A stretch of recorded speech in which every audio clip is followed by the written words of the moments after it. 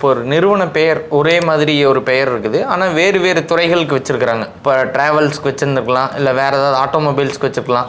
இவங்கெல்லாம் அந்த பெயர் எப்படி சார் வந்து காப்பிரைட் பண்ணிக்க முடியும்? இது வந்து ட்ரேட்மார்க் அப்படின்னு சொல்லுவோம். இந்த ட்ரேட்மார்க்கை தனியாக அந்த இன்டெலெக்சுவல் ப்ராப்பர்ட்டி டிபார்ட்மெண்ட்டில் தான் நம்ம வாங்கணும். ஓகே, அந்த ட்ரேட்மார்க்கை வந்து ஒரு வழக்கறிஞரோ அல்லது அதுக்குண்டான நிபுணரோ உங்களுக்கு வந்து உதவி செய்ய முடியும். அவங்களால தான் செய்ய முடியும். இதில் வந்து ஏன்னா அதை படித்து நீங்கள் வந்து ஒரு தனிநபர் அதை செய்கிறது வந்து கொஞ்சம் தாமதமாகும். அது ஒன்றும் பெரிய காரியமும் அது கிடையாது. ரொம்ப சிம்பிளான ஒரு மாத வேலை தான். அந்த ட்ரேட்மார்க் பண்ணிட்டீங்கன்னா அந்த ட்ரேட்மார்க்கை யாரும் பயன்படுத்தாத ஒரு இதை வந்து நீங்கள் கொண்டு வர முடியும். ஃபார் எக்ஸாம்பிள் வந்து எடுத்துக்கிட்டிங்கன்னா, ஒரு ராஜேந்திரா ஸ்வீட்ஸ் அப்படின்னு ஒரு நிறுவனம் இருக்குது. அந்த ராஜேந்திரா ஸ்வீட்ஸ் வந்து அதை வந்து வேறு யாரும் பயன்படுத்தக்கூடாது அப்படின்னா அதுக்குண்டான ட்ரேட்மார்க் வந்து நீங்கள் அந்த ராஜேந்திரா ஸ்வீட்ஸுக்கு தனியாக வாங்கலாம். அதுக்கு ஒரு லோகோ போட்டுக்கலாம். லோகோ போட்டுக்கிட்டு அந்த ராஜேந்திரா ஸ்வீட்ஸ்னு இந்த டெக்ஸ்ட்டே பண்ணிங்கன்னா உங்களுக்கு சர்ச்ன்னு சொல்லுவோம், அந்த நேம் சர்ச்.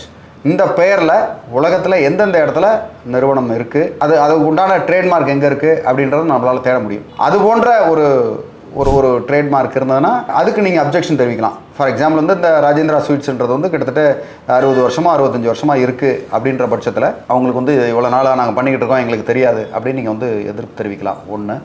ரெண்டாவது, இதை வந்து தடுக்கணும் அப்படின்னா நீங்கள் வந்து ட்ரேட்மார்க் பண்ணி தான் ஆகணும். ராஜேந்திரா ஸ்வீட்ஸ்ன்னு இருக்குது, அதில் வந்து ராஜேந்திரா ஹோட்டல் அப்படின்னு யாராவது வச்சாங்கன்னா நீங்கள் அதை வந்து நீங்கள் அப்ஜெக்ட் பண்ண முடியாது அந்த இடத்துல. ஏன்னா வேறு துறையே வேறுன்ற மாதிரி அது ஒன்று காமிக்கும். தேவைப்பட்ட நாளைக்கு விரிவாக்க நான் பண்ணுவேன் அப்படின்னா நீங்கள் வந்து ராஜேந்திரா ஸ்வீட்ஸ் பண்ணுறவங்க ராஜேந்திரா ஹோட்டல்னும் அந்த மாதிரி பண்ணிக்கலாம். இது தவிர்த்து ஆர்ஓசியில் ரெஜிஸ்டர் ஆஃப் கம்பெனிஸில் வந்து நேம் நீங்கள் ரெஜிஸ்டர் பண்ணும்போது, ஒரு உதாரணத்துக்கு இந்த ராஜேந்திரா லா ஆஃபீஸ் எல்எல்பின்றது நம்ம நிறுவனத்துடைய பெயர்.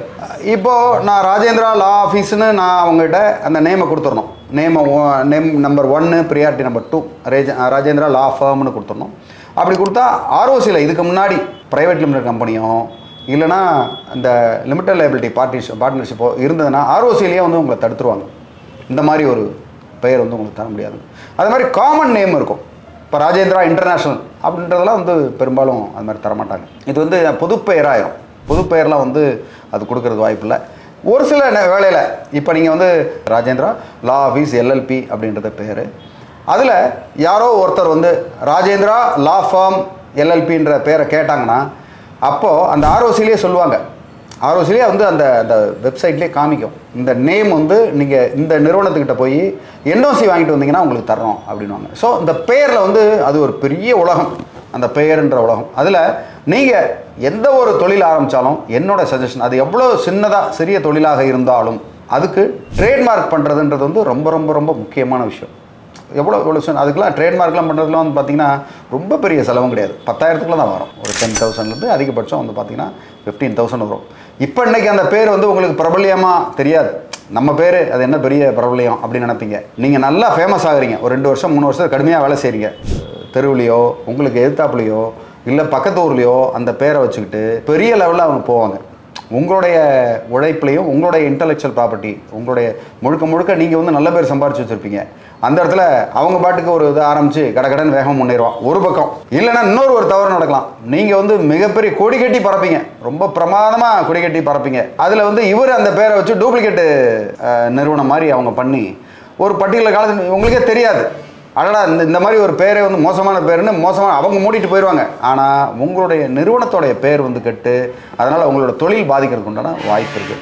அதனால் அதுலேயும் நீங்கள் வந்து ரொம்ப ரொம்ப ஜாக்கிரதையாக இருக்கணும். ஏன்னா நீங்கள் ஒரு நல்ல பேர் வாங்குறதுக்கு வந்து பல வருடங்கள் ஆகும், ஏன் நூற்றாண்டு கூட ஆகுது பல இடங்களில். அந்த பேர் கெட்டு போனோம்னா 2 மாதம் போதும். 2 மாதம் இல்லை, ஒரு சில நேரங்களில் 2 நாளில் கூட இது வந்து மோசமான பொருள், தரமற்ற பொருள் அப்படின்னு அது ஆயிரும். அதனால் உங்களுடைய பொருள் உங்களோட தொழிலை காத்துக்கொள்ளணும்னா அந்த ட்ரேட்மார்க்ன்றது வந்து ரொம்ப ரொம்ப அத்தியாவசியமாக இருக்குது.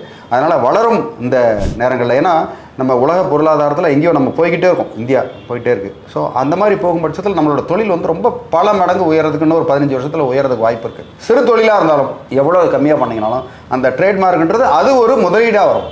நாளைக்கு வந்து அதை நீங்கள் விற்பனை செய்யும்போது நாளைக்கு வந்து எனக்கு வேண்டாமா அந்த தொழிலே வேண்டாம், என்னுடைய சந்ததியினெல்லாம் ஒரு ஆள் சாஃப்ட்வேர் ஆகிட்டான், இவங்க இதாக போயிட்டாங்க அப்படின்ற பட்சத்தில் நீங்கள் வந்து அதை ஒரு ட்ரேட்மார்க்கோடு இருந்தால் பல மடங்கு நல்ல விலைக்கு நீங்கள் வந்து விற்க முடியும்.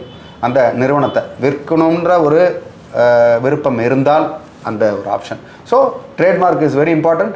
நீங்கள் உங்களுக்கு அது சம்மந்தமாக ரெஜிஸ்டர் பண்ணணும், இல்லை வேறு ஏதாவது ஐடியாஸ் வேணும், இல்லை லிட்டிகேஷன் உங்கள் ட்ரேட்மார்க் வேறு யாராவது யூஸ் பண்ணிகிட்டு இருக்காங்க, உங்கள் பேர் வந்து வேறு யூஸ் பண்ணிகிட்டு இருக்காங்க, அதை அப்ஜெக்ஷன் தெரிவிக்கணும்னா தாராளமாக எனக்கு வாட்ஸ்அப் பண்ணுங்கள், உங்களுக்கு ஹெல்ப் பண்ணுறது தயாராக இருக்கேன். நன்றி, வணக்கம்.